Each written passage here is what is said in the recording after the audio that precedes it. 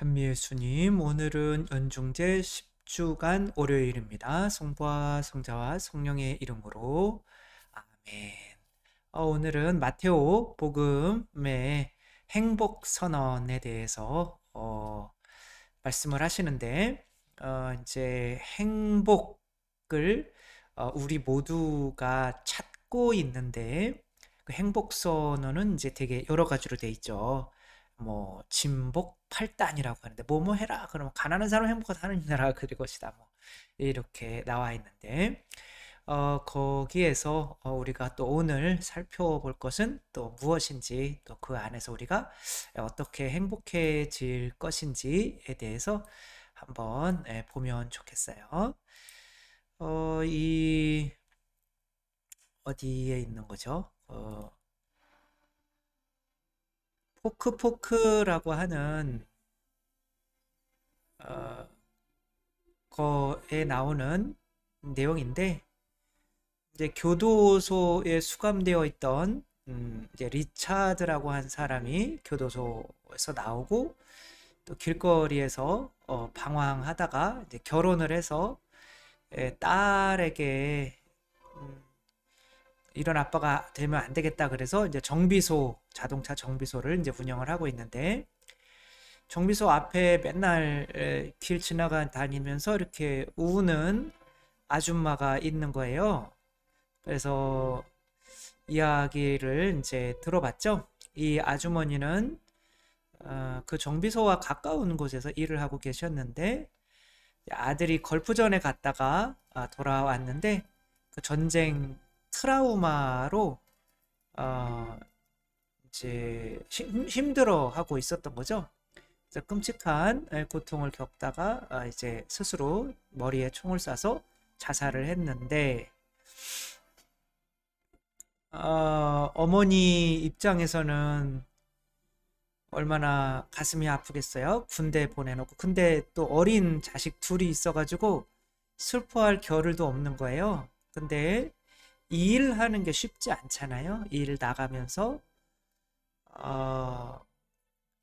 리차드는 이 누네라고 하는 이 자매님을 이제 옆에 있으면서 친구가 되어주고 이야기도 들어주고 하면서, 이제 자기가 정비소 하니까 자동차를 뭐 싸게 어떻게 해서 선물을 해준 거죠. 이제 걸어서 출근하지 말고 자동차로 다녀라. 그리고 등록비와 보험비까지도 이렇게 줬어요. 리처드, 나는 감옥에도 갇히고 이렇게 사는 게 내가 정말 부끄러웠다. 근데 나는 자랑스러운 아빠가 되고 싶었다. 그래서 이런 행위를 한 거죠. 여기에서 정말 뭐랄까, 이 딸에게 이렇게 칭찬을 받는 아버지가 된 것은 너무나 뿌듯한 일이죠. 감사한 일이죠. 근데 이제 이 사람이 이러한 선행을 리차드가 하려고 할 때, 딸에게 자랑스러운 아빠가 되면 행복하겠다라고 해서 이런 뭐 자동차를 선물해주고 그냥 모르는 사람의 이야기를 들어주고 하는 게 쉽지 않잖아요. 그런 일을 한 거죠. 근데 오늘 복음은 약간 그런 식으로 나와 있어요. 행복하여라 조건인 거예요. 마음이 가난한 사람들, 하늘나라가 그들의 것이다. 마음이 가난하면 행복할 거라는 거예요. 마음이 가난해진다는 거는 결코 쉬운 일이 아닌 거죠. 내 거를 이제 세상에 욕심을 내어놓는 게 마음이 가난해지는 거죠. 다른 사람이 아픈 것에 대해서 슬퍼하는 것은 또 쉬운 일이 아닌 거죠. 근데 슬퍼하면 이제 행복이랑, 우리가 생각하는 행복이랑 다 반대말 같잖아요. 온유하고 막 화내고 막 그런 게 아니라 내가 오히려 당해주고, 또 의로움에 줄이고 목마른 사람들, 저런 사람들 나라에서 아들이 나라를 위해서 싸웠으면 저렇게 좀 해줘야 되는데 저 어머니가 너무 고생하는 거 뭐 이런 거 보면서 내가라도 해줘야겠다. 자비로운 사람들, 마음이 깨끗한 사람들, 평화를 이루는 사람들, 의로움 때문에 박해를 받는 사람들. 아무래도 이렇게 했을 때 또 가정에서 누군가 이게 뭐 부인이나 뭐 반대했을 수도 있잖아요. 물론 뭐 찬성했을 수도 있겠지만 이제 그런 것들, 그러니까 행복이라는 것을 예수님께서는 조건으로 뭐뭐 하면 하늘나라가 그들의 것이다. 행복하여라. 뭐뭐 하면 이렇게 할 것이다. 이게 이제 십자가에 못 박히면 부활할 것이다. 이게 행복이다. 하늘나라가 그들의 것이다. 이런 법칙에 대해서 지금 말씀을 하시는 거거든요. 그러니까 이제 우리가 알아야 될 유일한 법칙은 이것은 뭐 믿거나 안 믿거나죠. 믿는 사람도 있고 안 믿는 사람도 있고. 그런데 이게 이제 너무 이 지도에 잘 나타나 있죠. 이게 이스라엘 지도죠. 여기가 이제 헤르몬 산이라고 해서 여기 물이 녹아서 이렇게 이제 흘러내려요. 여기가 작게 조금 모이는 곳인데 여기에서 예수님께서 베드로에게 이제 교회를 세우시죠. 그리고 이제 여기서 또 물이 흘러. 이게 다 이름은 다 요르단 강이에요. 근데 여기는 이제 갈릴레아 호수. 갈릴레아 호수는 또 받은 것을 다 다시 어디로 내려져요? 사해 쪽으로 내려져요. 여기도 요르단 강이라고 하는데 이제 사해는 이제 땅콩 모양으로 생겼는데 이런 모습이에요. 죽은 바다. 여기는 생물이 살 수가 없어요. 근데 이 갈릴레아 호수는 뭐 너무 아름답고 예수님께서 거의 여기에서 생활하시다가 이곳에서 돌아가셨죠. 예루살렘이 이쪽 근처에 있는 거예요. 이제 여기가 이제 예루살렘이 있는 곳이죠. 이런 어떤 지형적인 것이 있는 곳에서 예수님께서 갈릴레아로 가라. 부활하셔서 갈릴레아로 가라. 거기서 나를 만나게 될 것이다. 예수님 만나면 행복하잖아요. 갈릴레아로 가라 라고 하는 거는 진복팔단을 믿어라 라고 하는 거죠. 마음이 가난해지면 행복할 거야. 나를 하늘나라가 그들의 것이야. 슬퍼하면 행복할 거야. 이런 법칙을 믿으라는 거죠. 내어놓으면 반드시 채워진다. 이제 전구가 있잖아요. 이거는 뭐 법칙이 있다는 거는 창조자가 있다는 거예요. 자동차에도 설계도가 있잖아요. 그 설계도가 있으면 그게 있으니까 이제 설계도대로 고장나면 고치게 되잖아요. 그러니까 설계도가 법칙이잖아요. 어디에 법칙이 있다는 거는 창조자가 있다는 거죠. 그 법칙대로 자동차를 만든 인간이 있다는 거죠. 그러니까 어떤 창조자가 있다면 빛을 내려고, 어둠은 뭐 다 아무 빛이 없는 게 어둠이니까 어둠은 도와줄 필요가 없어요. 근데 이 어둠에서 빛이 되려고 하는 사람에게 전기를 안 주겠냐 이거죠. 이게 이제 하느님을 믿고 안 믿고의 차이인 거죠. 그래서 그 믿고 안 믿고가 행복에 어떤 관여를 하게 되는데, 시골 의사 박경철이라고, 뭐 지금 요즘에는 어떻게 지내는지는 모르겠지만 이분이 아마 초창기에 의사를 시골에서 할 때 어떤 일을 겪은 거죠. 어떤 젊은 자매님이 아이들 둘을 뭐 중학교, 고등학교 이렇게 아이들 둘을 이제 남매죠. 근데 이제 너무 암이 이제 온몸에 퍼져가지고 이제 죽기 직전이 됐는데, 이 아주머니가 이제 뭐 죽는 사람은 많이 보니까, 그런데 이제 아이고 내 아들 내 딸 내가 죽으면 어떻게 하나요 뭐 이렇게 막 울고 막 그러는 거예요.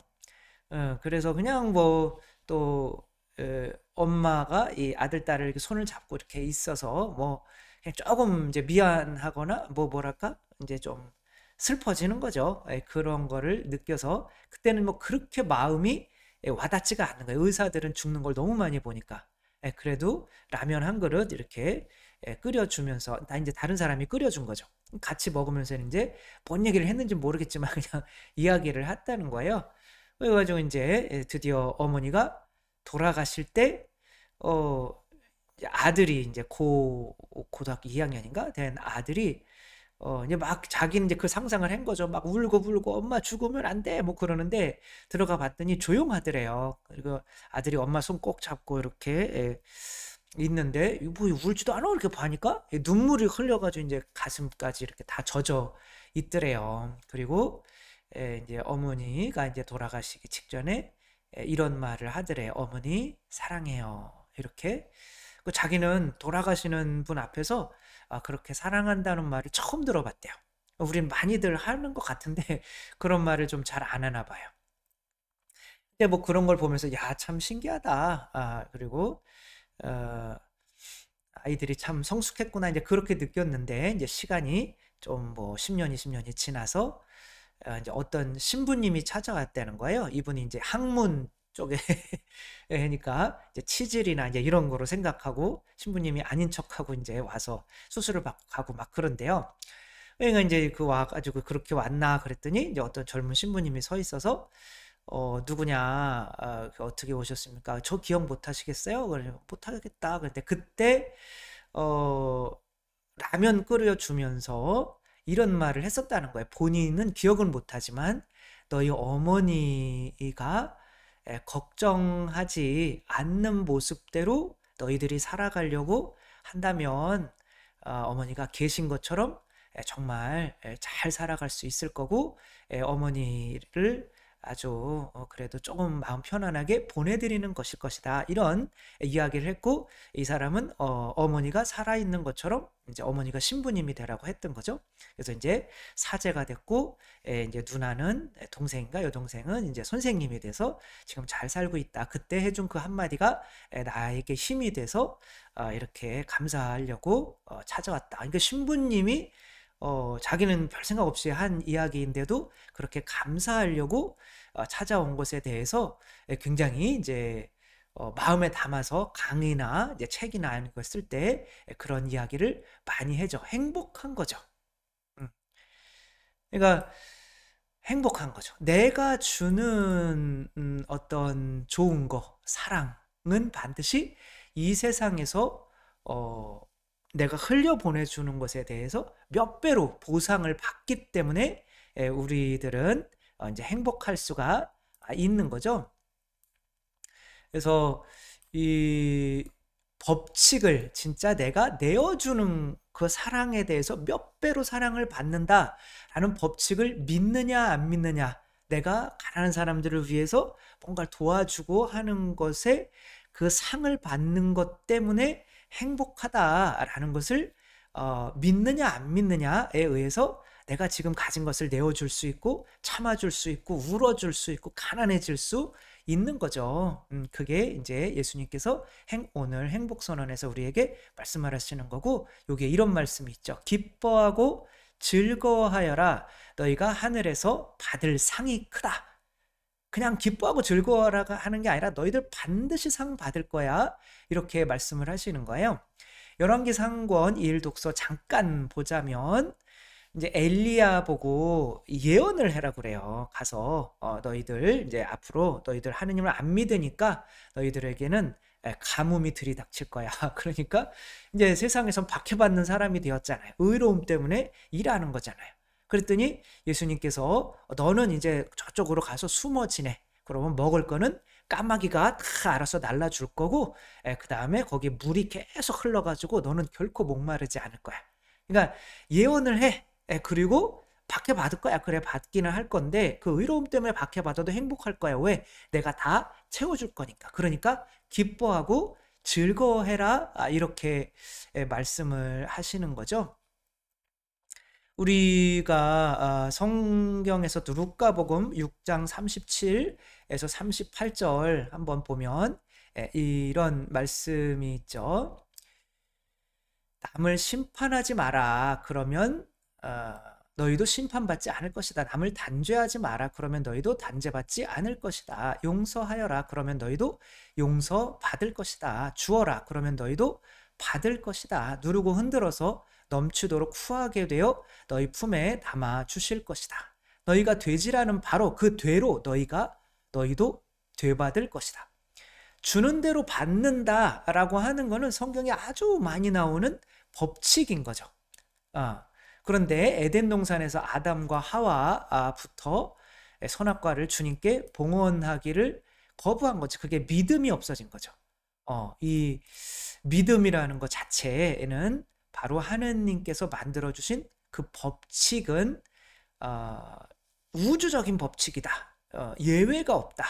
그것을 믿느냐 안 믿느냐에 따라서 내가 다른 사람을 행복하게 하는 만큼 몇 배로 나에게 행복이 돌아온다라고 하는 것을 믿느냐 안 믿느냐에 따라서 나 자신을 행복하게 하려고 다른 사람을 아프게 하는 사람이 되느냐, 아니면 다른 사람을 내가 고통스러우면서도 다른 사람을 행복하게 하려고 하는데 이상하게 더 많은 행복이 나에게 오느냐로 이렇게 결정이 나는 건데, 우리는 당연히 어느 삶을 살아가야 되는지 알겠죠? 여러분 모두 행복 선언의 그 법칙, 이게 막 슬퍼하여라 행복할 것이다 뭐 이런 그 반드시 보상이 주어질 것이다 라고 했던 이러한 어떤 그 말의 어떤 그 패턴, 그 법칙을 말씀하시려고 한다는 거 잊지 않았으면 좋겠습니다. 성부와 성자와 성령의 이름으로 아멘. 감사합니다. 사랑합니다.